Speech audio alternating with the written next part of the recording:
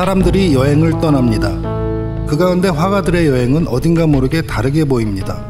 그리고 화가들 중 내가 아는 여행은 또 다릅니다.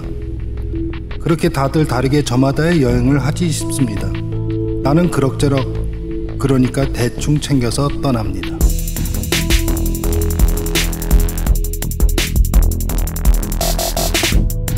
어떤 일에 아주 익숙하여 썩 잘하는 사람을 속되게 소개하는 팟캐스트 옹도사.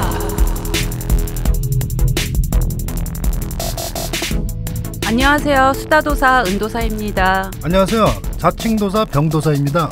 안녕하세요. 호사도사 호도사입니다. 네, 안녕하세요. 시스템도사 소도사입니다. 네, 오늘의 공도사 김태현입니다. 예, 네, 반갑습니다. 반갑습니다. 예, 오늘 한 분 더 계시네요. 네, 방청객도 있습니다. 오늘의 방청객. 방청객이. 방청객. 예, 소개 좀.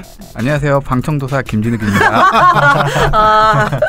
바로 즉흥으로 센스도 있으시네요.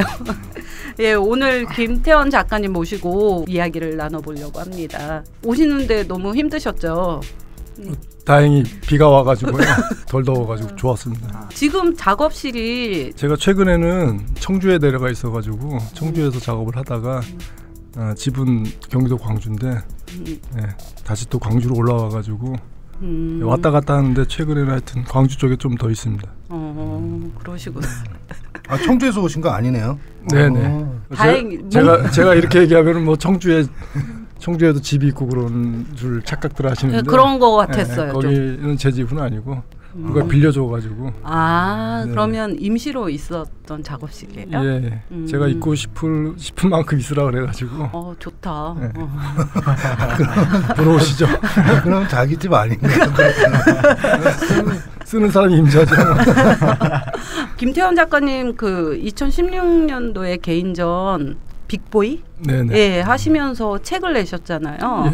예. 읽어보니까 아주 그냥 아주 선생님을 분석해 놓으신 글을 쓰신 분이 계시더라고요. 네, 맞습니다. 뭐 미술계 쪽에서는 잘 아시는 류병학 선생님이시고 독립 큐레이터면서 기획일도 하시고 저같이 뭐 안 움직이는 작가들 끌어다가 작업도 시키고 전시도 열어주고 그러시는 분이세요. 제가 이 녹음 전에 잠깐 듣기로는 굉장히 많이 시달리셨다고 들었는데 뭐 어떻게 시달리셨나요? 뭐 시달림도 여러 종류의 시달림이 있는데 제가 뭐 작업을 그냥 열심히 하지도 않고 그렇다고 또 뭐 그냥 대충 하지도 않는데 뭐 작업이 이렇게 쌓이다 보면 전시를 하는 스타일인데 그동안 전시를 좀 안 했어요. 그랬더니 어떻게 만나가지고 전시할 때 되지 않았냐 그래가지고 끌려 나와가지고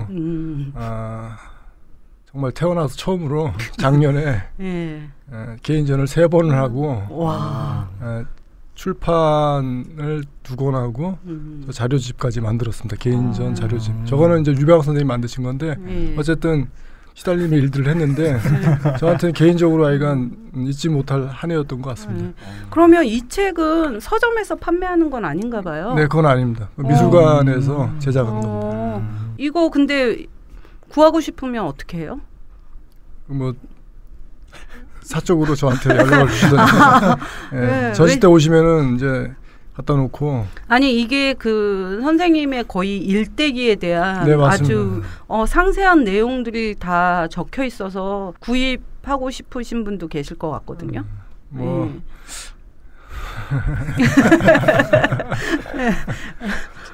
왜 이렇게 한 작가분을 그 돌아가신 작가분들은 그렇게 일대기를 표현한 그 책들이 여러 권이 있는데 지금 아주 왕성하게 활동하고 살아계신 분에 대한 어떤 작업의 일대기를 이렇게 상세하게 시작부터 현 시점까지 상세하게 이렇게 적어놓은 책은 좀 보기 힘든 책이라는 생각이 드네요. 굉장히 좀 진짜 큰 맘 먹고 하신 프로젝트 같아요. 저도 그게 제가 대답할 문제는 아닌 것 같고 저도 지금 생각해 보니까 궁금하네요. 왜 생존 작가인데. 그렇죠. 그만큼 선생님이 작업량이 굉장히 많다는 얘기 같은데. 제가 생각해 보니까 작업량보다도 제가 막 이상한 행동들을 이상한 짓들을 많이 해요. 예를 들면 어떤 행동일까요? 그러니까 뭐 그림 안에서도 형식이 계속 바뀌고 그러니까 이제 주변에서 가까이 봤던 사람들은 좀 의구심도 들고 조금 더 가까이서 본 사람들은 재미있기도 하고 또 유병학 선생님 같으신 분들은 이제 이게 꺼리가 되지 않냐 한 작가가 왜 이렇게 자꾸 작업을 벼라시키면서 하는지 그래서 거기에 대해서 아마 뭘 얘기하고 싶었던 것 같습니다. 네. 선생님 최초에 그렸던 그림들은 약간 민중예술하고 좀 근접한 그림들을 그리셨잖아요. 최초에 그린 건 아니고 대학 때. 대학 때. 뭐 초기 작품 그럼. 뭐 보통 이제 그쪽 작업에 관심을 가졌던 거는 제 환경 아니면 저 개인적인 환경뿐만 아니라 제 연배에서는 다 그런 동시대적인 어떤 그 환경 속에 살았기 때문에 미대에서 이제 그림을 그릴 때 수업을 하고 그럴 때 학내에서 뭐 많이 데모도 하고 사람도 많이 죽고 그래서 거기에 대해서 저거 같은 경우는 뭐 관심을 안 가질 수가 없었어요. 그래서 그런 쪽에 관심을 갖고 작업을 하다 보니까 졸업을 했어도 계속 그런 작업을 했었죠. 그런데 그런 작업을 에서 이제 어떤 사적인 이야기로 좀 들어가시기 시작을 했잖아요. 네. 예, 그렇게 된 뭐 어떤 시점은 어떻게 되는지. 제 그림에 대해서 고민하면서 스스로 궁금증에 대해서도 이제 물어보기도 하고 뭐 했었는데 저는 처음에 이제 처음은 아니지만 하여튼 그림에 대해서 뭔가 나름대로 정의를 내렸을 때 나는 이렇게 한 가지 스타일로 하는 작가보다도 그림을 통해서 내 삶을 좀 투사시키면서 다양한 영역들을 건들면서 그때 상황에 맞춰서 즐겁게 작업하고 싶다 뭐 이런 생각들을 했었고 거기에 대해서 이제 신광현 선생님이 많이 도움을 줬어요. 그러니까 다른 선생님들은 그런 거에 대해서 되게 우려하시고 뭐 그랬었는데 그분은 그 부분을 수용을 해주시고 거기에 대해서 좀 이론적으로 많이 뒷받침을 해주셨어요. 그래서 자연스럽게 이렇게 다양한 작업을 했었던 건데 보통 사람들은 제가 이제 민중미술 하다가 다른 작업을 하면은 그거는 이제 딱 안 하고 끝나고 다른 작업을 한다고 생각하시는데 그건 아닙니다. 예, 아니 작업을 보면은 그 사회적인 항상 그런 문제 제기를 항상 하고 있는 것 같아요. 그 표현 방법은 좀 달라졌지만, 아니, 저는 이것도 굉장히 재미있는 것 같아요. 금호미술관에서 했던 문화일기전. 네, 그때 2인전이었는데 실제 영화관에 이렇게 걸어 놓으셨던 거예요? 아니요, 금호미술관 입구를 영화관으로 꾸며놓은 거예요? 소극장처럼 꾸며놨는데 뭐 그때 에피소드가 있어요. 그러니까 사람들이 들어와서 안 들어가는 거예요. 갑자기 꽤나 알려져 있었던 미술관이었는데 영화로 바뀐 줄 알고 옆에서도 만들어 놓고 그랬거든요. 네. 저도 이렇게 사진으로 보니까 진짜 좀 그래서 그래서 직원들이 나와가지고 이제 앞에서 안 들어가시는 분들 설명해줘서 들어가게 하시고 그랬어요. 약간 기발하다고 해야 될까? 약간 재치 있고 그러니까 미술관이라는 고정관념을 깨게 만드는 그런 지점도 분명히 있는 것 같아요. 그러니까 뭐 그냥 약간 아까도 얘기했듯이 뭐 이상한 짓들을 하고 싶어서 작업을 하다 보니까 저거 같은 경우도 이제 영화가 갖고 있는 영화가 세상을 바라보는 방식들을 채용을 해서 전시장을 꾸민 거예요. 그래서 저 안에는 뭐 영화가 갖고 있는 어떤 그런 작업들 방식들을 하기도 하고 시나리오도 쓰고 뭐 별짓 다 했어요. 영화관도 꾸며보기도 하고. 저는 그 성공미술관에서 했던 전시가 좀 내용이 궁금하더라고요. 네. 성공은 98년입니다. 98년. 그러니까 저 금호는 95년이고 그러니까 저 금호 같은 경우도 좀 부연 설명을 하면은 1년 동안 서울에 있는 모든 영화를 다 뒤졌어요. 제 개봉관하고 재개봉관을 뒤져가지고 카메라 메고 김시찬이라는 작가하고 둘이서 찾아다니고 거기에 대해서 기록하고 그걸 데이터를 가지고 이제 영화 보기 방식으로 풀어내서 전시를 한 거고 성공미술관 같은 경우는 또 다른 방식인데 거기에서 많이 하려고 했던 얘기는 성공미술관 제가 전시했을 때가 그 별관에 보면 1층, 2층, 3층이 있는데 각 이렇게 층마다 평수가 한 60평 정도 돼요. 근데 그 층마다 주제를 다 다르게 해서 다른 방식으로 전시를 했어요. 완전히 그러니까, 다른 전시인 것처럼. 그러니까 아예 처음부터 제가 예전에 어릴 때 생각했던 거를 그대로 적용시켜 가지고 작업을 하고 2층에서 했던 뭐 성남과 분당 사이의 그 공간에 대한 작업들은 문화과학사에서 출판까지도 하고. 네, 근데 그게 좀 많이 부각이 됐죠. 네, 그때 공간 얘기한 게. 네, 그래서 뭐 미술계에서 뭐 얘기들이 좀 있었죠. 그 부분에 대해서. 회자가 많이 된다고 이렇게 나와 있더라고요. 나와 있다. 어디에 나와 있었어요? 네이버예요. 대표 이렇게 작으로 이렇게 그런 식으로 표현이 많이 됐더라고요. 제가 하려고 했던 얘기는 작가가 다양한 형식들을 건들면서 다양한 내용들을 할 수 있다는 어떤 그런 취지에서 작업을 했는데 공간 얘기한 게 미술사에서는 도시공간 얘기를 한 게 뭐 별로 없었대요. 네, 제가 맞아요. 약간 그 촉매제 역할을 했었고 맞아요. 그 이후에는 좀 있어요. 예. 마찬가지로 이제 그 성남 얘기를 했었는데 도시공간 얘기를 그때도 진짜 1년 동안 성남을 안 걸어다니는 데가 없었어요. 그 리서치 해가지고 그때 성남하고 분당 한참 개발할 때죠. 개발이 끝났을 때. 네. 끝나고 선생님이 같이 기획해서 진행을 한 적이 있잖아요. 그거는 이제 성남 프로젝트는 아니고 그 이후에 마을 프로젝트인데 그 같은 비슷한 개념으로 작업을 참여하셨죠. 네, 제가 그때 작가로 참여했었는데 선생님이 기획을 그때 하셨었거든요. 근데 그때 전 놀랬었어요. 그게 20평씩 모든 건물이 재개발이 되면서 그렇게 모든 건물이 그렇게 나눠져 있는지 그때 처음 알았었어요. 그 성남이라는 그 구시가지가 보통 이제 기존 시가지라고 그러는데 거기가 예전에 역사가 좀 아픈 역사가 있습니다. 네네. 옛날에 서울에서 이 강제 철거당해가지고 성남으로 쫓아내가지고 만든 한국 최초의 뭐 개발 계획도시인데 사실은 말이 계획도시고 갖다 버린 거죠. 그 어떤 자료 사진 저도 본 것 중에 사람들은 그냥 거기 데려다 놓고 땅에다 선을 그어놨더라고요. 네, 맞습니다. 초창기 때 그랬어요. 그래가지고 폭동도 일어나고 뭐 사람도 많이 그때 사망한 사람들 많이 있었고. 이게 뭐 벌써 한참 전 얘기죠. 그러니까 그 초창기에 민중미술이 멈추지 않은 것 같아요.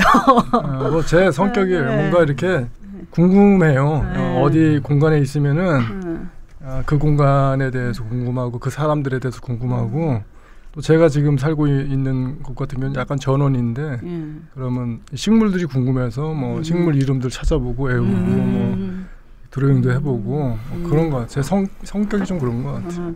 근데 그 보통 항상 근데 부자들에 대해서 크게 궁금해하지 않으시잖아요.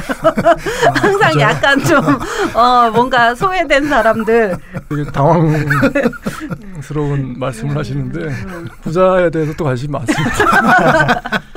저 이렇게 작품 보다가 너무 또 인상적인 드로잉 작품이 이거거든요. 강아지 풀. 네.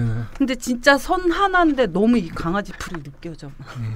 저 그림을 보면 저 그림도 한 A4 사이즈 정도 되지 않습니까? 네네. 제가 알기로는 선생님 작업 제가 본 작업들 중에서는 좀 작은 작업들이 많았는데요. 네네. 작업들은 모두 다 촬영을 해 놓으세요? 거의 다는 아니고요. 네. 주로 이제 작은 것들은 스캔 받기 쉬우니까 해놓는데 거의 뭐 한 반 정도? 그렇습니다. 큰 것들은 그냥 디카로 찍어가지고 대충 찍어서 스캔 하여튼 뭐 저장해놓고 옛날에 큰 작품들은 제대로 관리한 적도 없고 뭐 관리하기 어려우니까. 그럼 지금 작업실에 남아 있어요? 옛날 큰 거. 옛날 거 거의 다 없앴어요. 거 봐요. 큰일 났어요. 어디로 갔을까요? 어디로 갔나? 그 뭐 자꾸 이제 그 책에도 써 있는데 소각해버렸어요. 이게 무슨 업보도 아니고 이사 다닐 때마다 끌고 다녀야 되고 그리고 그 이런 작업 때문에 자꾸 이렇게 옛날로 자꾸 이렇게 돌아가는 것 같기도 하고 일단 관리가 안 돼서 일단 정리를 했는데 다 없애지는 않고 뭐 한 80-90% 거의 다 전소시켰어요. 저랑 살짝 겹치는 부분이 많은 있네요. 작가분들이 또 이렇게 이사 다니기 힘들고 짐이 많아서 저도 소각했어요. 많이 소각하죠. 그러니까 이게 또 남이 가져가면 좀 이상하더라고. 관리도 안 되고 또 이렇게 공짜로 주면은 관리를 안 하시더라고. 그러니까 어릴 때 이렇게 친구들한테 준 것들이 있는데 그게 보고 싶어서 연락을 하면은 다 잊어버렸대. 하나도 없어요. 이사 다니면서 그게 벌써 한 30-40년 전 얘기니까 다 잊어버렸어요. 없어요. 네. 공짜와. 네. 그래, 맞아요. 저희가 유료 전시를 하는 이유가 그런 거예요. 그렇죠. 하나를 봐도 공짜일 때는 진짜예요. 그 전시장에 머무는 시간이 달라요. 맞아요. 공짜일 때는 그냥 휙 돌아보고 그냥 되게 빨리 나가는데 유료가 되면 그러니까 금액이 비싸지도 않잖아요. 커피 한 잔 값인데 3,000원 정도인데 몇 바퀴 돌고 가요. 돈 좀 뽑아야 되니까. 그래서 저는 분명히 그 부분은 일리가 있다는 생각이 들어요. 꼭 돈을 벌고 뭐 이런 차원을 떠나서 어떤 최소한의 가치를 존중해주는 서로의 어떤 그 약속? 뭐 이런 것 같아요. 그리고 또 전시를 준비하는 측면에서는 3,000원을 내도 받기 때문에 준비하는 과정에서도 그게 좀 달라지더라고요. 돈을 내고 아깝지 않다라는 느낌을 가져갈 수 있는 전시를 만들어야겠다는 생각을 좀 많이 하죠. 아무래도. 근데 선생님 최근 작업들은 되게 조금 소품 위주의 작업인데 그게 모아져서 어마어마한 큰 작업으로 변신을 하시잖아요. 그러니까 이게 예전에 이제 뭐 처음에 그림 그리면 좀 크게 그리잖아요. 네, 맞아요. 근데 이게 관리가 안 되잖아요. 기라성 같은 작가분들 작업실 어릴 때 가보면은 엄청나게 쌓여있더라고요. 네, 맞아요. 충격도 많이 받았고. 근데 제가 이제 졸업하고 작업을 하다 보니까 10년 되니까 그 정도는 아니지만은 뭐 하여튼 물리적으로 이걸 내가 감당하기 어려운 어떤 그런 상태에 놓이게 되더라고요. 그래서 어쨌든 없애고 또 그림을 안 그릴 수는 없으니까 생각한 게 작게 그리면은 이거를 내가 오래 즐겁게 놀면서 작업을 할 수 있겠구나 하고 시작을 했는데 이것도 10년 지나니까 뭐 양이 장난이 아니에요. 거의 뭐 집이 도서관처럼 돼버려요. 그렇겠네요. 또 사이즈가 작다고 해서 또 그게 부피를 차지 안 하는 건 아니니까 또 그러니까 양이 늘잖아요. 그만큼. 그러니까 관리하는 거는 뭐 도찐 개찐이고 근데 이제 좋은 점은 이제 전시할 때 좀 편해요. 그러니까 공간을 이렇게 약간 뭐 이렇게 해체했다가 작은 것들이니까 몰아서 크게 만들 수도 있고 작게 만들 수도 있고 그래서 그런 부분에서는 되게 유효한 진짜 되게 좋은 것 같습니다. 그리고 또 소품이면 좀 판매도 좀 더 쉽지 않을까요? 네, 뭐 작다고 싼 건 아니니까. 그렇고 작으면 좀 싼 거 아닌가요? 막 호당 막 이런 거 있잖아요. 어쨌든 뭐 보통 이제 갤러리 쪽에서는 뭐 안 좋아해요. 그렇죠. 가격이 내려가는 거는. 거기 뭐 빅보이에다가도 써놨는데 호당평당. 호당평 잘 아시네. 그러니까 그 땅 부동산에도 큰 땅 팔아서 하나 크게 한 방 하는 게 낫지. 그거하고 비슷하대요. 저도 그런 그 딜러들 중간에 이렇게 매개하는 그런 분들이 약간 부동산 같다라는 느낌 굉장히 많이 했어요. 그래서 절대 가격 떨어뜨리는 거 원치 않아 하거든요. 저 같은 경우는 이제 뭐 이렇게 좀 크게 그려라라는 제안들을 많이 받았어요. 근데 그래서 가격을 비싸게. 뭐 그거는 그분들이 알아서 하실 일인데 어쨌건 그렇게 하지 않았는데도 불구하고 이제 가끔씩 갤러리에서 전시하고 그랬을 때는 정말 그분들은 제 작업을 좀 좋아하시는 것 같다라는 믿음이 생겼죠. 다행이다 그래도. 작년에 그럼 개인전만 3번 하신 거죠? 그렇죠. 공간은 어디 했어요? 그러니까 저기 청주에 있는 몸미술관에서 그 1관, 2관, 3관이 있는데 나눠서 그러니까 3관에서 한 번 하고 그다음에 그 사이에 저기 부산 쪽에 양산이 있어요. 양산에 그 갤러리 양산이라고 거기서 한 번 하고 그다음에 다시 또 2관 청주 몸미술관 2관에서 다시 또 개인전을 했습니다. 작품 수가 많으니까. 보니까 뭐 동시에 개인전도 가능할 것 같은데요. 그러니까, 이 양으로 봤을 때는. 제가 또 뭐 어떻게 최근에는 이제 드로잉 작가라는 뭐 이런 말들을 듣는데 드로잉 작가는 한번 다 해요. 저도 그 다른 분한테 김태훈 작가 어떤 작업하냐고 저한테 물어보면 드로잉 많이 하는 작가라고 제가 또 그렇게 말을 하게 되더라고요. 그리고 또 최근에 한 작품들 보면 굉장히 소소한 일상 속에서 느끼는 그런 감정들을 그냥 이렇게 다 담는 것 같은 느낌이 많이 들었었거든요. 네, 그래서 어떻게 보면 좀 일기 같은 느낌도 있고, 그리고 또 여행 갔다 오시고 막 이러고 나서도 작업도 많이 하시지 않아요? 그 하는 방식, 습관 같은 것들이 있는데 최근에는 이제 누가 이렇게 밀면은 조금 하고 자의적으로 하는 경우는 그러니까 뭐 어떻게 보면은 좀 급하지 않은 거예요. 굳이 뭐 또 내가 얘기하지 않아도 좋은 작가분들이 많이 얘기하니까 천천히 간다 그런 기분인데 여행은 좀 다르더라고요. 여행 갔다 오면은 가거나 갔다 오면은 여행 관련 그림들을 좀 많이 그리는데 가서 그리고 와서 그리고 그러는 거는 특히 와서 그리는 거는 여행을 또 한 번 간다라는 의미로 그리면은 여행이 이렇게 2배가 돼요. 3배가 되고 그래서 그걸 계속 그리는 동안은 계속 여행지에 있는 것 같아요. 그래서 그런 기분을 계속 좀 이렇게 유지하고 싶어서 못다한 아쉬운 점들을 좀 더 이렇게 모아. 그래서 뭐 여행 그림을 그리게 되는데 재밌는 거는 이제 여행지에서 그리면 약간 그림이 이뻐져요.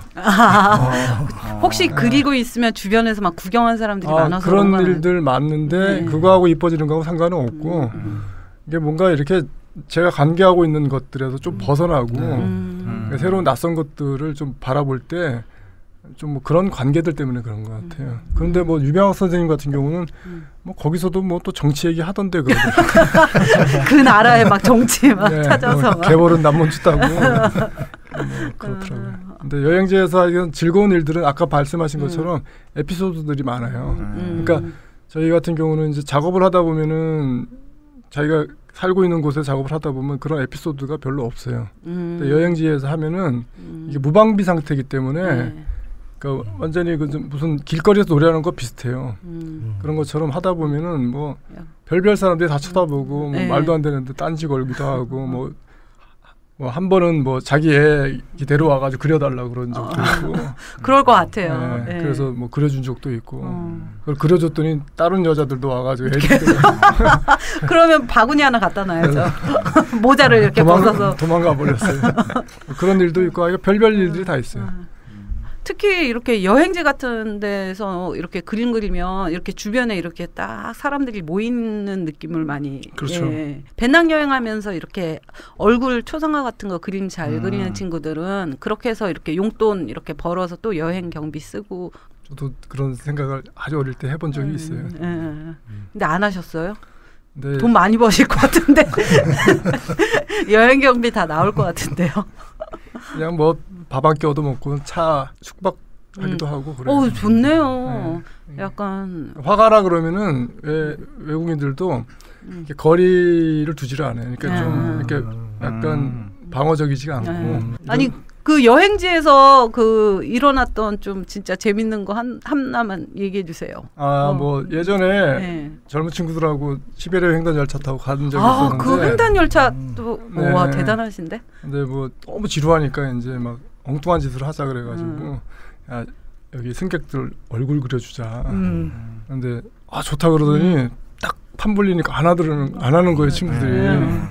그래가지고 내가 먼저 해보겠다 시범적으로. 그래가지고 이제 거기 승무원 여자분인데 그분을 이제 애들이 데려와가지고 친구들이 데려와가지고 이제 그렸어요. 근데 내가 그때 실수를 했어요. 너무 리얼리하게 그린 거예요. 미화 안 시켰구나. 그걸 깜빡하면은 그걸 실수하는데. 맞아요. 근데 옆에서 이제 거의 다 완성될 때는 주변에 사람들이 막 모여가지고 러시아 사람들이 막 감탄사들을 막 해요. 막 딱 보니까 이제 분위기가 좋은 거예요. 근데 이 여자는 너무 궁금한 거야. 그래가지고 나중에 딱 그래서 보여줬더니 너무 똑같아. 표정이 러시아말로 욕을 뭐 이렇게 횡단열차 끝날 때까지 뭔가 좀 이렇게 가끔씩 좋은 대접이라도 받고 싶었는데 쳐다보지도 않아요. 아니 찍혀버렸어요. 호도사님. 네? 오늘 왜 이렇게 얌전해요? 그러니까 적응이 안 돼. 적응이 안 돼. 그러게요. 오늘 왜 그래요? 아니. 너무 이렇게 뭐 웃기지도 않고 오늘. 네? 질문 많이 잘 듣고 있습니다. 그럼 제가 질문을 몇 가지 먼저 해볼까요? 말씀하세요. 네. 저는 작가분들에게 특히 회화 작가분들에게는 그 저장과 관리에 대한 부분이 매우 궁금하거든요. 네. 다 태운다고 했잖아요. 태우더라 하더라도 이쪽에 기록이죠. 회화 작품도 뭐 현재 와서는 저는 그 대부분 활용되는 원본 개념은 일단 디지털로 넘어갔다라고 생각을 하고 있습니다. 작품이 물질 형태로 그려지긴 하지만은 촬영이 돼서 또 작가분들이 활동을 하시는데 사용되는 것은 작품 원본이 아니라 대부분 디지털 이미지 형태로 일단 그 배포가 되거나 또는 일단 관람이 되는 경우가 아주 많은데요. 그 선생님께서 그 요즘 들어서 아카이브라는 말이 미술 쪽에 많이 거론되고 있는데요. 그 아카이브에 대해서 어떤 생각을 갖고 계신지 좀 궁금합니다. 저는 뭐 당연히 정말로 필요하다고 생각하고, 네, 아카이브라는 거는 뭐 어쨌든 자기가 갖고 있는 정보든지 뭐 이런 것들 서로 공유한다는 개념인데, 그런 측면에서는 저는 그래서 가끔씩 아카이브 전시를 합니다. 네. 필요에 따라서는 뭐 거기서 작가와 대화도 하고 그렇습니다. 그 아카이브 전시, 그러니까 최근 몇 년 동안 아카이브 전시를 저도 관람을 하고 다니다 보니까 근본적인 아카이브에 대한 틀을 미술 쪽에서는 이 전시 형태로 많이 일단 그 틀을 잡아가고 있다는 것이 눈에 보였습니다. 실제 아카이브라는 것은 어쨌건 좀 미래적인 기록, 장기적인 기록이다 보니까 현재 기록되고 있는 매체인 디지털 매체 자체를 피할 수가 없거든요. 그래서 디지털 매체 형태로서 어떻게 저장하고 어떻게 관리할 것인가, 또 미래에 어떻게 분류되고 그것을 재평가할 수 있도록 남겨지게 할 것인가라는 부분이 좀 중요하다고 생각을 하고 있는데요. 그 혹시 디지털적인 부분에 있어서 선생님께서 그 자료, 결국 파일 관리죠, 작가분들은. 이미지 관리를 어떻게 하시고 계신지 말씀해 줄 수 있으실까요? 저는 그 부분에 대해서 얘기하면은 뭐 거의 원시인이에요. 아까 뭐 말씀드렸듯이 예. 디카로 그냥 찍고 적당히 보정하고, 보정해봐야 이제 뭐 원본으로 갖다 줄 수도 없고, 근데 화각이나 이런 거 좀 만지고, 그 다음에 이제 작은 드로잉들은 스캔 받아가지고 관리를 하고 있습니다. 근데 그게 어쨌건 예전에 무슨 필카 있을 때 하고는 지금 훨씬 더 편하고 좋습니다. 선생님께서도 어쨌건 미술 전공에 오셨고 또 미술과 관련된 활동을 해오셨으니까 어쩔 수 없이 그 뭐 소프트웨어나 하드웨어에 대한 부분은 뭐 요즘의 젊은 작가분들 또 미래의 젊은 작가분들 다 공통적으로 익숙치 않을 수밖에 없는데요. 예를 들어서 뭐 컴퓨터를 구매하거나 또는 뭐 또 기타 필요한 장비들을 구매할 때는 주로 혼자 선택을 하시고 결정을 하시는 건가요? 아니 뭐 그렇지 않고 저랑 같이 사는 분이 결제를 맡아야 되고 뭐 기종이나 이런 것도 서로 상의를 해야 되고 그런 상태에서 이제 진행을 하는데 제가 의견은 내는데 뭐 100% 되지는 않고 근데 뭐 꼭 필요하면 조르죠. 뭐. 그러면 지금까지 정해된 파일들을 관리할 때는 어떤 특별한 그 선생님만의 기준이나 룰이 있습니까? 그냥 연도별로 하고요. 주로 연도별로 하고 가끔씩 중요한 그러니까 제가 워낙 다작을 하다 보니까 중요한 그 이렇게 내용들 뭐 이런 것들은 따로 또 분리를 해서 하기도 합니다. 그 연도별로 관리를 한다고 하셨는데 그러면 그 폴더 트리 개념에 대해서 혹시 본인만의 폴더 트리 개념을 일단 정립하신 게 있으세요? 그냥 그 컴퓨터상에서 나와 있는 그런 쉬운 방식으로 분류해서 하고 저는 사실은 이미지 관리하는 데 별 관심이 없고 텍스트 관리가 되게 어렵더라고요. 쓸데없이 또 텍스트를 많이 쓰다 보니까 그거에 대해서 고민이 좀 있고 백업에 대해서 그거 꼭 해야 돼요.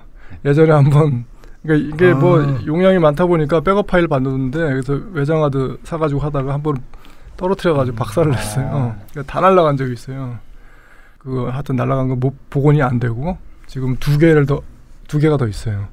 혹시 몰라가지고 이거 한번 날라가니까 이거는 답이 없더라고요. 다시 뭐 자료들 또 이렇게 아까 소각도 하고 그러기 때문에 근데 추가하지 말고 같이 놀자 그렇게 처음 제안하고 계속 설득한 게 한 6년 만에 네, 그 이유가 있어요. 이제 뭐냐면 본인 너무 힘들어하고 그리고 이거는 뭐 약간 좀 이렇게 얘기하면 내가 건방 줄 수 있는데 저는 되게 이렇게 삶이 뭔가 이렇게 나름대로 막 변화하고 진화하고 막 그러는 것 같은데 이 친구는 계속 이게 항상 똑같아요. 그리고 그 스트레스 받는 지점도 똑같고 이게 약간 다람쥐 쳇바퀴 도는 것 같기도 하고 그래서 이렇게 가다가는 나중에 나하고 너무 이렇게 다른 길을 갈 것 같아서 그렇다고 제가 이렇게 그쪽 길을 갈 수는 없을 것 같아요. 100번 생각을 해도 뭐 들어가지도 못하지만 직장 생활 하지도 못하지만 나이가 있어가지고 그러다 보니까 이제 그러면은 그냥 그만두고 좀 조금 힘들게 살더라도 다행히 뭐 이렇게 저희는 부양해야 될 애들이 없어요. 부모님들은 계시는데 근데 직장 그만둔다고 결정 딱 내렸을 때 뭐 난리 났죠. 집안에서 양쪽 집안에서. 저 진짜로요? 저만 죽일 놈 되고. 네. 아니 그럴 것 같아요. 왜냐하면 그 불규칙적이잖아요. 어떤 그 작가라는 생활이. 예. 그런데 이제는 그나마 믿고 있었던. 그렇죠. 약간 뭐라 그럴까 비정상인이죠. 그렇죠. 세상에서 보면은 현재는 출근하고 싶은 생각이 전혀 없대요. 그만두길 잘했다고. 그러면 지금 현재 혹시 매니저 역할을 하시는 건 아닌가요? 뭐 다 해야죠 이제 뭐. 그래가지고 뭐 이것저것 많이 도와줍니다. 뭐 이렇게 글 쓰고 책 만들 때도 옆에서 여러모로. 그래서 그 뭐 22년간 직장 다니던 직장을 그만두고 같이 여행을 떠나셨다고 들었는데. 그게 원래는 그만두던 해부터 이제 여행을 다니려고 그랬는데 안 되더라고요. 그래가지고 직장 그만두고 3년인가 4년 만에 간 거예요. 동남아 여행을. 그러니까 가가지고 뭐 이혼할 뻔했죠. 그 고비를 넘겨서 더 지금 좀 가까워진 거 아닌가요? 뭐 어쨌든 너무 타이트하게 여행을 잡아가지고 스트레스를 받아가지고. 선생님이 너무 타이트하게 여행을. 저가 잡은 건 아니에요. 본인이.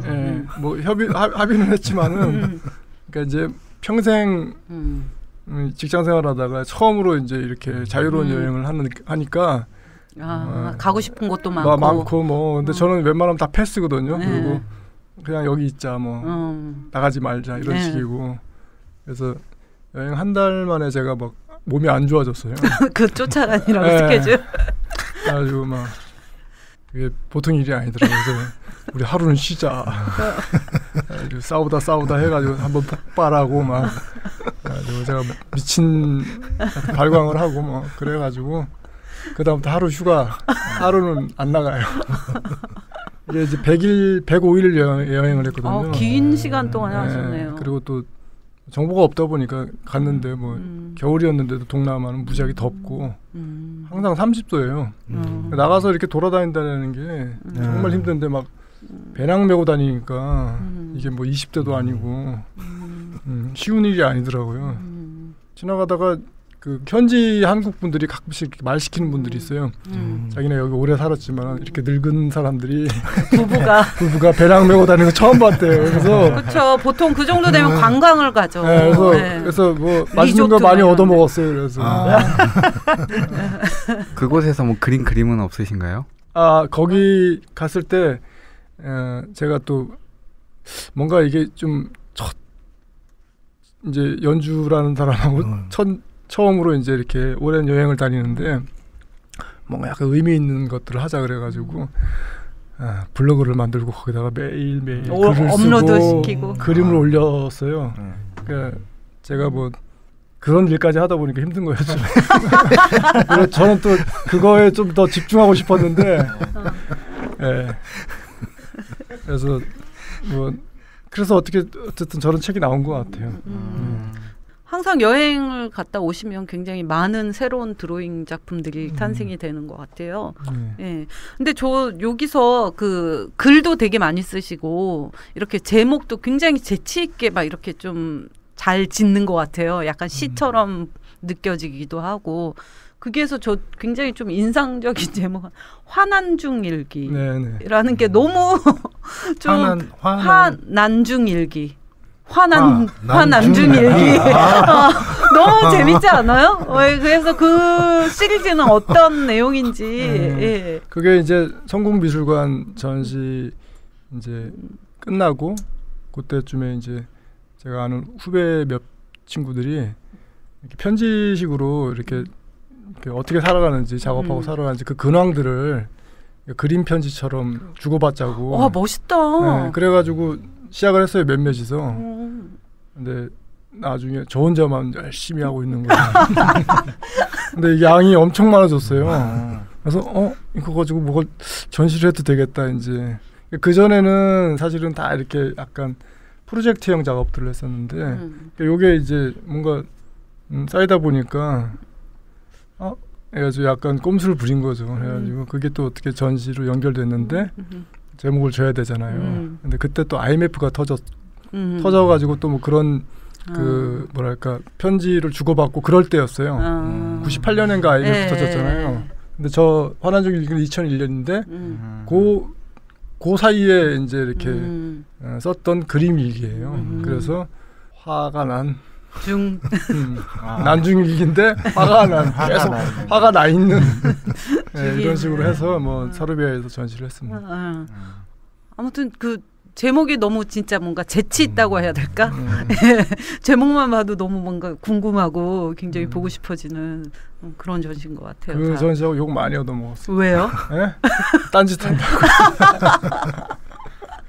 잘 들여다보면 거기도 막 다 사회적인 얘기도 많고 그랬었는데 어쨌든 그런 방식이 약간 너무 소소한 것들 가지고 미술파에 들고 나오니까 약간 뭐 가볍게 여겨질 수도 있는. 근데 사실은 뭐 다 작은 것부터 시작하는 거 아닌가요? 그렇죠. 모든 맞습니다.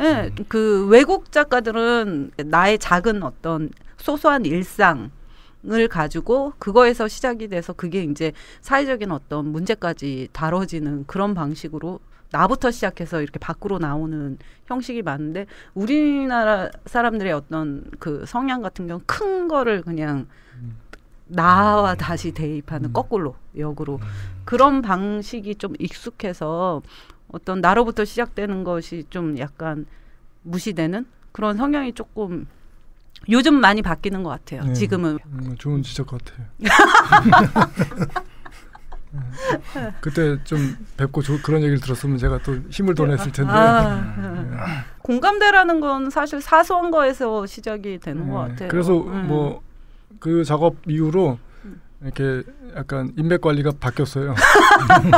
과거에 만나던 사람 띄엄띄엄 만나게 되고 새로운 사람들이 관심을 보이고 그래서 좋게 얘기하면 이제 이렇게 전환점이 폭이 됐네요. 넓어진 거죠. 사람 만나는 폭이. 그래서 그 이렇게 소소한 것들에 대해서 귀 기울여지고 관심 보이고 그런 분들이 생겼어요. 그래서 오히려 제가 얘기하면 훨씬 더 잘 이해해 주시려고 하고 소통이 잘 되더라고요. 이 작업은 팔리셨어요? 네. 이거 너무 좋은 그냥 이런 거 팔린다니까. 그래요? 네, 저는 너무 딱 보자마자 이거는 진짜. 근데 그 옆에 걸 더 좋아해요. 이것도 물론 좋아요. 근데 저는 개인적으로 지금 농담이지만 지금 이제 뭐 이게 소리로만 나가는데 저 이미지를 볼 수 있으면 좋을 텐데 너무 되게 좋아요. 비교되는 이미지예요. 그러니까 저기 하여튼 그 오른쪽에 풍경 그림은 계림. 둘 다 이제 중국 여행 하면서 작업했던 건데 저걸 보고 이제 저를 잘 아는 분들도 그림을 이렇게 이쁘게 잘 그리는데 왜 이런 거 안 그리냐. 막 뒤에 막 낙서 막 이렇게 막 그린 그림처럼. 그러니까 화가들은 기본적으로 그림 못 그린 사람은 없어요. 근데 이런 것도 한 번씩 보여줘야지 알아요. 근데 사람들은. 그러니까 웃기는 거예요. 그러니까 얼마나 띄엄띄엄 보는 거예요. 그렇죠. 근데 굳이 이 그림에서 이렇게 밥그릇 하얀색 그릇들이 이렇게 놓여져 있는 그 이미지인데 그게 빨간 글씨로 이렇게 그 오브제의 이름들을 하나하나 이렇게 써놓은 이유는 뭐예요? 뭐 중국에서 이렇게 여행하다 보니까 처음 여행이었었는데 그러니까 가장 많이 보이는 게 중국에 빨간색이에요. 차이나 레드. 그래서 자꾸 빨간색을 쓰게 되고 저거 같은 경우는 아침에 그 중국 사람들 지금 모르겠는데 그때는 거의 다 하얀색이에요. 뭐 그릇이? 아니 먹는 것도. 그래요? 네. 죽 뭐 이런 거예요. 다 하얀색. 제가 보기 그랬어요. 계란, 하얀 계란 이렇게 아침에 이렇게 줘요. 그러니까 숙박하는 데에서 아니면 10원 정도에 팔고 5원 정도에 팔고 10원 하여튼. 그래서 그 이렇게 탁 차려줄 때 느낌이 하얘요. 그러니까 뭔가 되게 좋은 음식 먹는 것 같아요. 건강식품. 차분해지고 아침이 경건해지고 뭐 그런 이미지들 때문에 저렇게. 되게 감각적이고 느낌이 너무 그냥 고요해져요. 사실은 음식 이런 뭐 그 그림들을 보면 평온해지는 느낌은 아니거든요. 음식이라는 게 우리가 음식상이 앞에 있을 때 고요해지지 않거든요. 잘 동요되지. 최근 그 선생님을 검색을 하면은 그 빅보이라는 말하고 같이 이제 검색이 잘 되는데 그것도 한번 빅보이에 대해서 좀 얘기도 좀 듣고 싶어요. 빅보이는 그 예전에 LA에서 전시를 한 적이 있는데 한국 작가 2분하고 하여튼 미국 작가 2분하고 전시를 했는데 참여했던 한국 작가는 김을 선생님이에요. 김을 선생님 또 드로잉 많이 하시는 한국 최고의 드로잉 작가인데 어쨌든 근데 그때 그 전시 기획을 했던 분이 미국에 있는 잔이라는 사람인데 이 사람이 그 4명의 공통 분모가 이제 애들 같다. 그래서 빅보이즈 해가지고 그 타이틀로 전시 기획을 했어요. 그래서 애어른들이죠. 뭐. 근데 좀 나쁘게도 쓰이더라고 저 말이. 근데 어쨌든 그때 이게 나하고 너무 잘 맞더라고요. 그래서 나중에 한번 어떤 전시 기회가 되면은 저 타이틀로 한번 전시해보고 싶다 그랬었는데 전시도 하고 책도 저 제목으로 만들었습니다. 어른이지만 아직 그 소년의 감성이 있는 뭐 그런 느낌인가요? 그러니까 이제 뭐 폭넓게 쓸 수 있는데 화가이다 보니까 이제 항상 아이 같은 눈으로 세상을 바라보고. 그런데 그건 긍정적인 면이고 부정적인 건 또 무슨 뜻이 있나요? 뭐 철딱선이 없는 거지. 사회에 도움도 안 되고 가족에서는 완전히 저희 집안에서는 저보고 되게 이기적인 놈이라 그래요. 저하고 같은 지 하고 싶은 것만 한다고 해서 그러면 나 하고 싶은 거 하지 왜 남 좋은 일을 왜 하냐고 내가 그럴 나이냐고. 근데 항상 본인들도 본인들이 하고 싶은 거 하시면서 나한테는 이기적인 놈이라고 그래요. 다 그렇지 않아요 세상이? 저도 그런 소리를 굉장히 많이 들어요. 그렇다고 내가 뭐 이렇게 나쁜 짓 하고 이렇게 그런 것도 아닌데 다행이네요. 좀 위로가 돼요. 서로 위로받는 사람들끼리 좀 가깝게 지내야 돼요. 그러면 그 여행할 때 만났던 그런 그 사람들 있잖아요. 우연히 알게. 그런 분들하고 지금도 연락하시는 분 계세요? 동남아 여행하다가 만난 친구들인데 라오스에서 태국 들어갈 때 만난 친구인데 한 친구는 이제 그때 나이로 40이었고 한 분은 이제 나이가 많으셔요. 그러니까 지금 한 70대셨는데 그 사이에 또 한 번 또 갔어요. 여행을 한 번 더? 또 오라 그래가지고. 근데 그 젊은 친구는 이제 그림을 그려요. 근데 이제 환경이 좀 달라요. 되게 어려운 상황에서 그림을 그려서 그 작가로서 활동하는 것보다 이제 부업을 많이 하고 작가는 작업은 하는데 계속 이제 부수적으로. 작가가 되기 위한 꿈을 갖고 있고 그래서 그 사이에 한번 갔다 왔고 그래서 이번에 그 2분이 이제 같이 오셨어요. 왔어요. 와가지고 온 이유도 있는데 사실은 저번에 이제 중간에 한 번 더 갔을 때 그 친구가 켄이라는 친구인데 저 전시를 하고 싶다고 그래서 어쨌든 한국 가가지고 내가 고민을 해볼게 그랬는데 다행히 하여튼 그 유병학 선생이 이번에도 구세주처럼 나타나가지고 그냥 바로 그냥 진행을 하셨어요. 진행을 해서 갤러리가 결정이 됐어요. 그래서 그 케니라는 친구가 겸사겸사해서 초청 온 거예요. 그래서 이번 11월 말쯤에 둘이서 2인전을 해요. 올해요? 그분은 선생님이 한국에서 이렇게 유명하신 분인지 모르는. 제가 뭘 유명해요. 그런 건 아니고. 여기 나오면 유명한 거. 우리 여기 유명한 사람만 나와요. 그래요? 고맙습니다. 어쨌든 그래서 그 친구는 이제 여행하면서 뭐 이렇게 농담 반 진담 반 이제 하다가 내가 화가라 그러니까 급 관심을 보이면서 적극적으로. 어떤 작업하냐 막 그래가지고.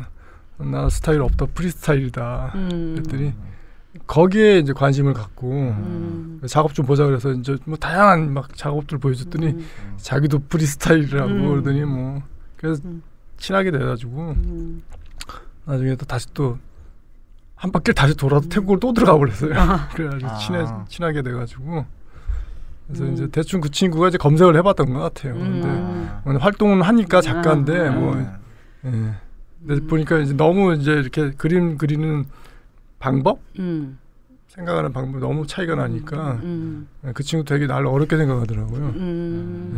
그렇게 그럴 것 같아요. 너무 다르니까 그 친구도 이제 미대를 나왔는데 그 친구는 학교에서 계속 이 뭐랄까 모사 테크닉만 테크니션을 가르친대요. 그래가지고 자기네는 이렇게 그리는 방법만 배워가지고 그래서 그림을 정말 잘 그려요. 네, 그렇더라고요. 와 장난 아니에요. 근데 그렇게 해서 이제 이렇게 주문 받고 해가지고 그림 그려주고 생계를 하는데 그것도 여의치 않으니까 이제 다른 부업들도 하고 우리하고 비슷해요. 근데 좀 더 치열하더라고.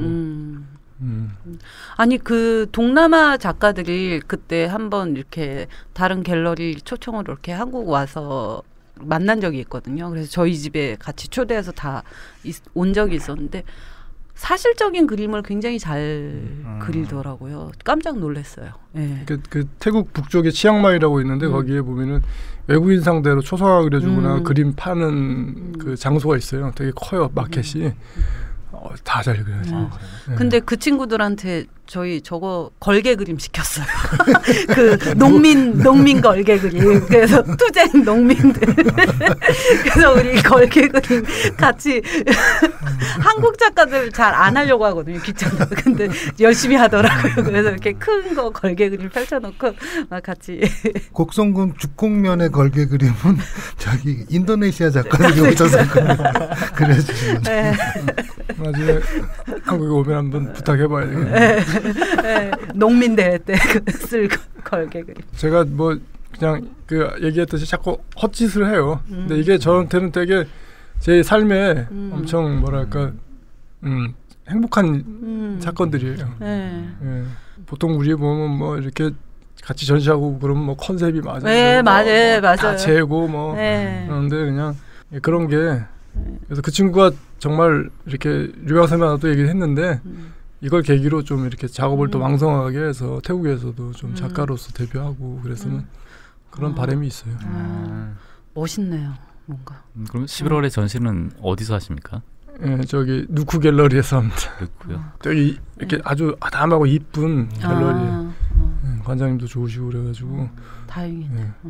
저희 그때 꼭 가겠습니다. 제가 청주에 못 가서 사실 너무 가고 싶었거든요. 그 전 벽면에 막 이렇게 그림 걸려 있는 이미지를 보고서 완전 좀 이거 꼭 가야 되는 전시인데 막 이러고.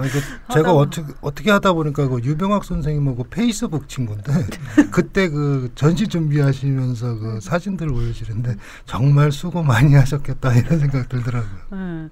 안 그래도 그때 그 전시할 때 그 많은 작품을 어떤 식으로 이렇게 거는 것도 사실 굉장히 일일 것 같아요. 그걸 분류한다던가 뭐 어떤 작품 옆에 어떤 거를 걸어야 될까 막 이런 것들이 굉장히 또 큰 작품이면 그냥 하나 딱 걸면 되는데 또 너무 작은 것들이 많다 보니까 그러고 천정에서 바닥까지 막 전체를 다 거셨잖아요. 그래서 그 걸 때 어떻게 이렇게 뭐부터 걸고 막 어떻게 그 배치를 하셨는지도 궁금해요. 뭐 저는 시키는 대로 했고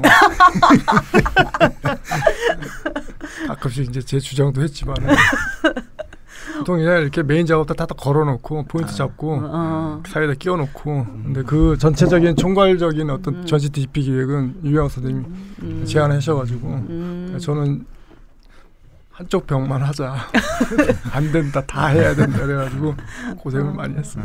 근데 뭐 나름 하여튼 좋은 추억이었던 것 같아요. 그림과 그림의 간격 뭐 이런 거는 일정하게 뭐 이렇게 그렇죠. 대충 빡빡하게 꽉 채우자 그래가지고. 그럼 만약에 그거 뭔가 이렇게 중간에 이렇게 사고 싶은 만약에 이렇게 그림이 이렇게 있었으면 그러면 중간중간 이렇게 뭐 빼가고 뭐 이런 건 아니고요. 미술관이기 때문에 그림을 일단 못 팝니다. 그리고 전시 중간에 그림 사가겠다고 해서 빼가지 못하죠. 아니 저희 그렇게 한 적이 있었거든요. 네. 그 컨셉이면 그렇게 저도 그런 걸 해보고 싶어요. 네. 벽이 하얘질 때까지. 네. 저희가 그래서 근데 이제는 사간 사람이 쪽지를 남기는 거예요. 아, 이 그림은 나는 왜 사고 싶은지 얘를 그 메시지를 남기고 그 그림을 바로 포장해서 바로 가져가고 그 쪽지만 그 그림 위치에 그 빈자리를 그 사간 사람의 그 편지로 채워놓으니까 그것도 좀 재미는 있더라고요. 재밌었겠는데. 예, 또 뭐 하여튼 저기 구매하신 분도 컬렉터도 작가처럼 다시 참여하게 되는 거죠. 되게 좋은 것 같아요. 나중에 선생님 거를 그렇게 빽빽하게 해놓고 그런 그렇게 한번 해보고 싶다는 생각. 왜냐하면 벽에 아니 소각할 예정인 작업 전시를 한번 해야겠다. 전시를 한다. 소각 얘기인지. 소각 예정 작품 해가지고 한번 저희가 예전에 한번 기획해봐야겠다. 술 먹으면서 잠깐 농담처럼 얘기했잖아요. 경매를 하는데 바로 그 난로 옆에서 하다가 낙찰이 안 되면 바로 사람들이 애태우게 잠깐만 진짜 없습니까? 바로 그냥 난로로 그거 한번 하자고 했었는데 소각전 소각전 한번 저희가 소각전 한번 겨울에 화목난로 펴놓고 겨울에 하면 안 돼요. 사람들이 따뜻해서 계속 태우게 만들 수도 있어요. 지금이 좋습니다. 저희가 한번 준비해 보겠습니다. 선생님을 위한 소각전. 그럼 작년에 이렇게 바쁘게 전시하기 전에 전시는 언제 하신 거예요? 그러면 작은 그림들 위주로 계속 전시했었고요. 네. 그러니까 이번에도 마찬가지인데 이번에는 조금 이제 다른 게 그 빅보이 전 같은 경우는 오브제들이 많아요. 뭐 박스나 맞아요. 그러니까 이 재료들이 거의 다 그 미술관 관장님이 이렇게 주신 거예요. 그러면 그 틀 같은 것도 하나하나 이렇게 있는 거 안에 있는 오브제도 그렇고 저는 그냥 받아가지고 조립한 거예요. 설명서는 없이. 그렇죠. 그거 안 주더라고요. 그럼 줘야지 되는데 던져주고. 그리고 또 마음대로 이렇게, 해봐라. 뭐 이렇게 좋은 물건보다도 약간 좀 문제가 버리기 직전. 그래서 그걸 고쳐가지고. 그게 좀 의도가 된 건가요, 관장님이랑? 그분이 이제 심오하시기 때문에 그 의도를 제가 잘 해석을 했는지 모르겠는데 하여튼 그렇게 해석을 해서 작업을 했는데 뭐 계속 끊임없이 주는 거예요. 그래가지고 당한 느낌이 있네요. 지금 저것 때문에 골치 아파요. 소각을 해야 될지 너무 많아서. 소각장으로 빨리. 거의 매주에 한 번씩 자가용에다가 뭘 이렇게 들고 와요. 매주마다. 그래서 매주마다 그 수업을 그 숙제를 해야 되는 거예요. 근데 나중에 버린 것도 많아요. 너무 힘들어가지고. 요새는 이제 안 갖다 주시더라고 다행히. 전시 한번. 그래서 그분 때문에 이건 잘 놀았어요 2년 동안. 재료 모자라면 바로. 지금 재료가 떨어져 갑니다. 그래서 어떻게 보면 공동 작업이었는데. 아니 사실은 어느 순간부터 예전에는 재료가 정해져 있었지만 요즘 무한대의 재료를 사용하는 잖아요 작가들이. 그러다 보니까 재료의 선택부터 사실은 작업의 시작이라고도 할 수 있잖아요. 요즘에는 어떤 쓰레기를 주워다가 작업을 하느냐. 호도사님 좀 어떻게 생각하세요? 저는 좀 많이 주우러 다니죠. 청주에 내려오실래요? 소개 좀 시켜주세요. 그래요? 한번 가죠. 저도 좀 많이 주고 못 버리고 막. 보통 이제 아까 선생님 자주 말씀하신 게 딴짓이라고 하는데 그 호기심, 딴짓 그런 것들인데 다른 작가분들은 되게 하나의 주제나 뭐 하나의 뭐 형태나 시리즈의 어떤 해가지고 스타일을 가지고 쭉 파고 들잖아요. 그래서 거기에서 어느 정도 위치까지 올라가고 하시는데 선생님 같은 경우는 되게 관심사도 많고 형태도 다르고 재료도 다르고 심지어 보면은 그림도 다 한 사람이 그렸다고 보기 힘들 정도로 그림도 가까이거든요. 그런데 주변에서 좀 이렇게 어떤 시각으로 보세요? 이런 부분을. 주변에 예를 들어서 뭐 큐레이터라든가 기획자분들 동료 작가일 수도 있고 그냥 뭐 반반이에요. 부러워하는 사람도 있고. 그러니까 작가 안의 욕망에서는 그런 그 끼들이 있잖아요. 그걸 억제하고 뭔가 자기를 잘 관리하려고 하고 그런 자세들이 있거든요. 그런 면에서는 이제 부러워하기도 하지만 한편으로는 이제 걱정들을 많이 하죠. 그 걱정이 어떤 걱정인가요? 예를 들어서 예전에 어떤 일이 있었냐면은 그 젊으신 분인데 제 작품을 사러 오신 거예요.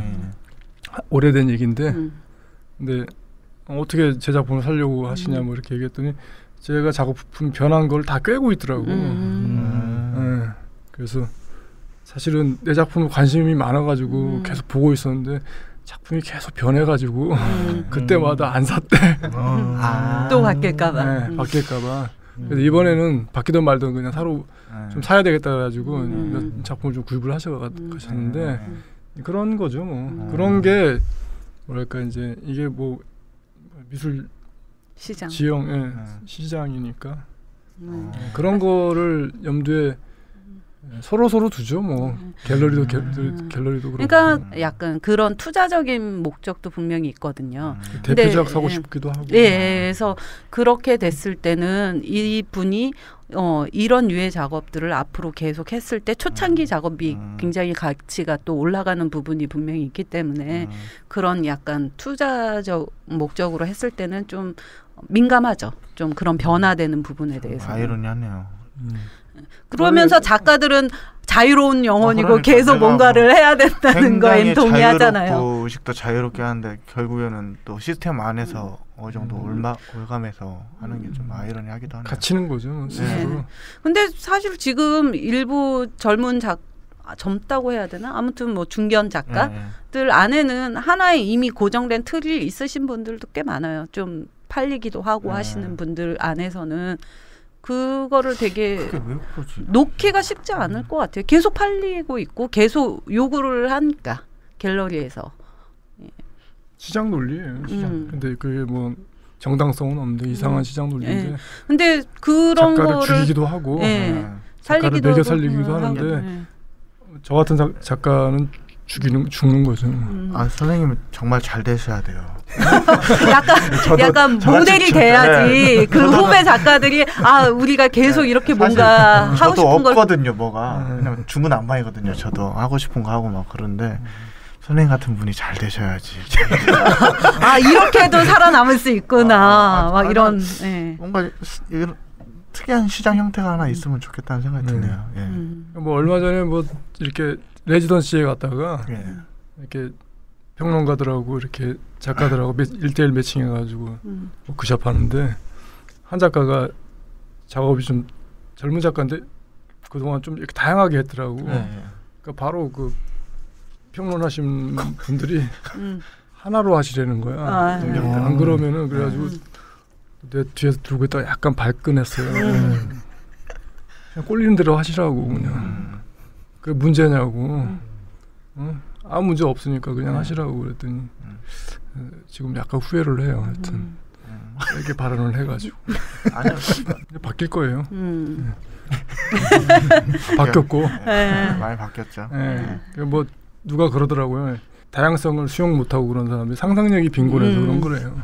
그게 자기 방어적인 거라 그러더라고요. 그럴 수도 있고. 근데 그게 예전에 한번 제가 아는 평론가 분이 이렇게 외국 화집 있잖아요. 유명한 원로 작가도 화집을 한번 사서 보라는 거예요. 그걸 한번 쫙 넘겨보래요. 스펙트럼이 끝내준대요. 한국 작가 쫙 넘기면 똑같대요. 맞아요. 그 얘기를 하시더라고요. 그래서 이게 왜 나한테 얘기하지? 나 해당 안 되는데. 난 이미 스펙트럼인데. 지금 스펙트럼 살짝 하고 실험을 하고 있는데 그때였거든요. 그러니까 약간 응원하는 것 같기도 하고. 저도 그 화집에 대해서도 저도 그렇게 좀 그런 식으로 본 적이 있어요. 한국 작가 화집하고 외국 좀 대가들 화집 보면은 되게 잘 가지고 놀아요. 여러 가지 물성 들어가지고 그런 거는 좀 다양하고 부럽기도 하더라고요. 그것도 인정도 받고. 대신 뭐 한국 작가들은 깊이가 있잖아요. 방어하시나요? 양면성이 있으니까. 저희 같은 사람은 깊이가 없고 그냥 많이 많이 해야지 뭔가 깊이가 생기는 스타일이기 때문에. 맞다. 약간 드로잉이라는 게 좀 약간 그런 느낌은 있어요. 좀 양이 많았을 때 뭔가 조금 사람들에게 감동이 될랑말랑하는. 그래서 저 같은 경우 아까 뭐 엉뚱한 짓 많이 한다는데 네. 그 엉뚱한 짓 중에 하나가 예전에 그 이렇게 건물 앞에 조형물들 있잖아요. 예. 네. 그거 뭐 이렇게 보면은 문제가 많잖아요. 예. 그래가지고 많죠. 발끈해가지고 어떻게 하셨어요? 성남 지역에 있는 거 다 조사해가지고 국회 공청회까지 갔잖아요. 오. 데이터 내가지고 그래가지고 뮤직판에서 매장될 뻔했어요. 아니 그거 사실은 저도 너무 궁금했어요. 제목이 거의 사랑, 화합, 가족 그 셋 중에 하나고. 되게 잘하시네. 네. 네. 그리고 네. 네. 그리고 커야 되고 네. 커야 크고. 되고 네. 대충 이렇게 팔 모양 네. 아우르고. 전문 잘하시네. 저도 관찰 많이 해봤는데. 네. 아니 뭐 그때 그 조사하니까 성남에서 시끄러우니까 네. 2개 하라고. 지금 많이 후회해요. 큰 돈이었는데. 아 그거 안 하셨어요?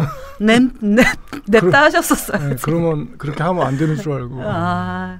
네, 증문즉답하겠습니다. 증문즉답 주량은 술 못 먹습니다. 거의 못 먹습니다. 작업하시는 거 말고 관심사는 그걸 멍 때리는 거예요. 최근에는 가장 기억에 남는 여행지는 몽골.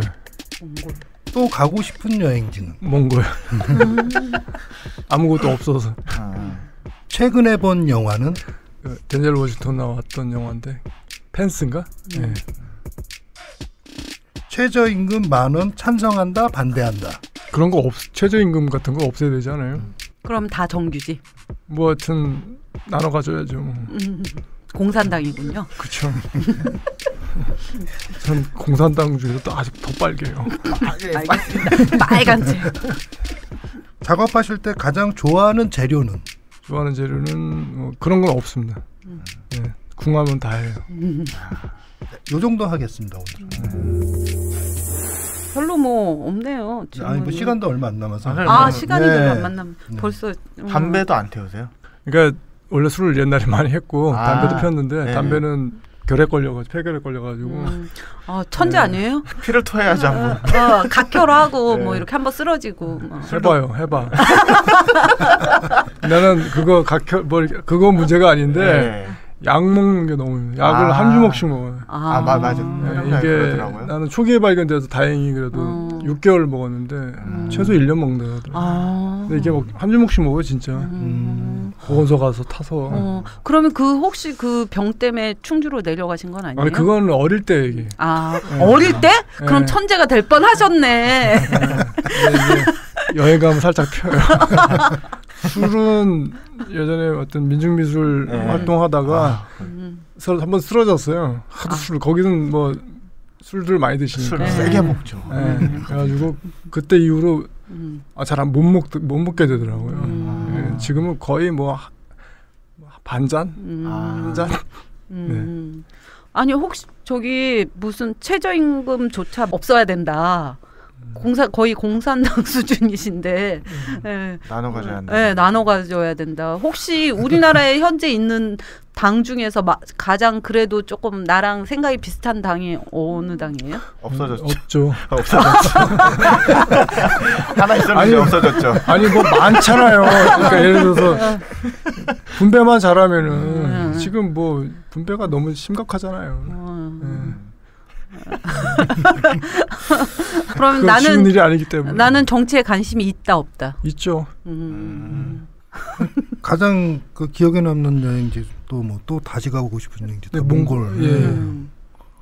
어떤 경험이 있었기. 거기도 당이 없어서. 거기 가면은 일단 아무것도 없어서 너무 좋고 지금은 많이 또 변했다 그러더라고요. 네, 요즘 많이 관광지. 근데 처음 갔을 때 2001년이었는데 참 2003년이었는데 제 안에 몸에 세포가 그렇게 많은지 처음 경험을 했어요. 몸이 움직이는. 하여튼 너무 인상적이었어요.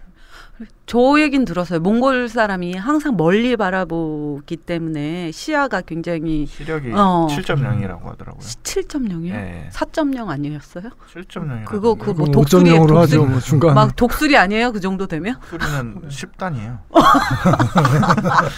아니 그러니까 그 다큐멘터리 봤는데 카메라에 안 잡힌 걸 보더라고요.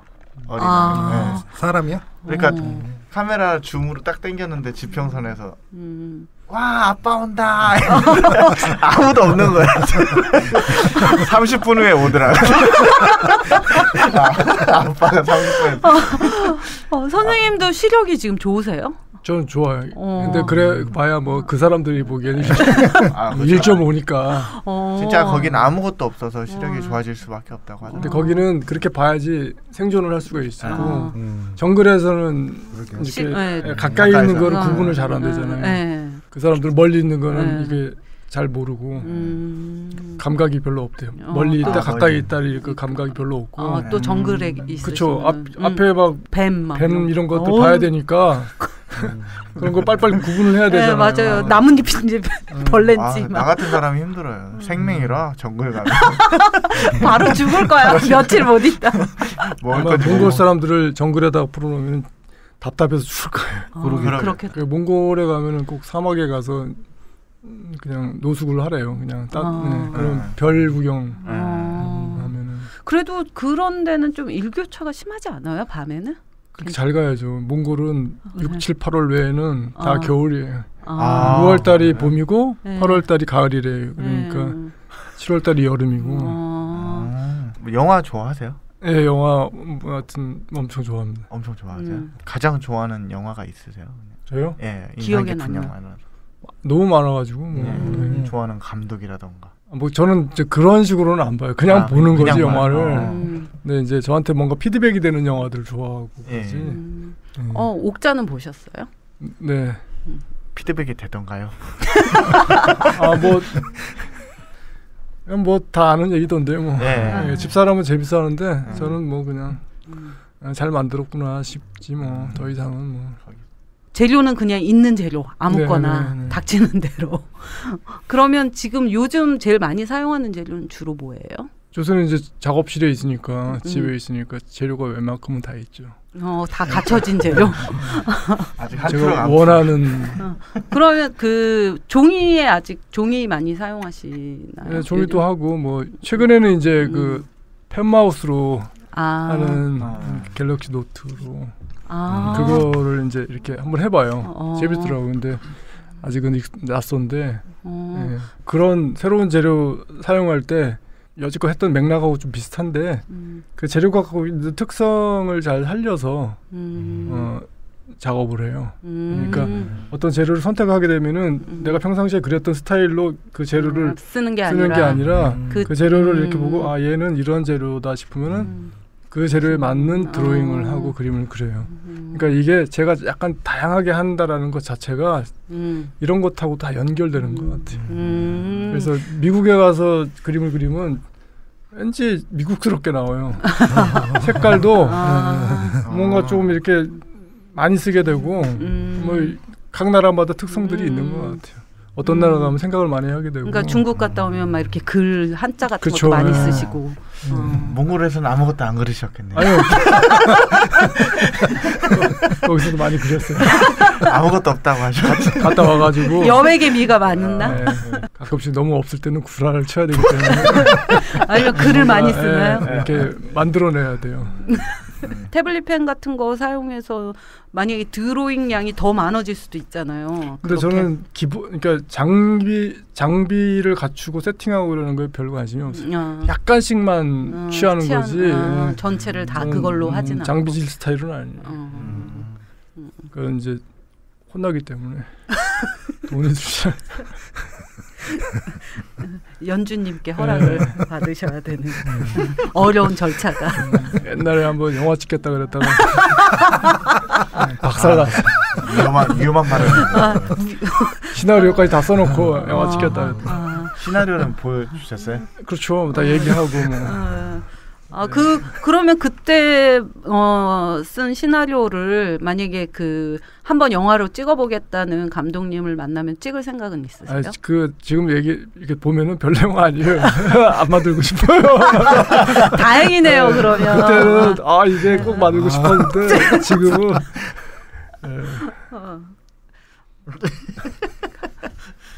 영화는 안 돼요. 공식 질문? 시간이 다 되나? 네, 공식 질문 마지막 질문 하나 하고 끝낼게요. 김태원 작가님에게 연주님이란?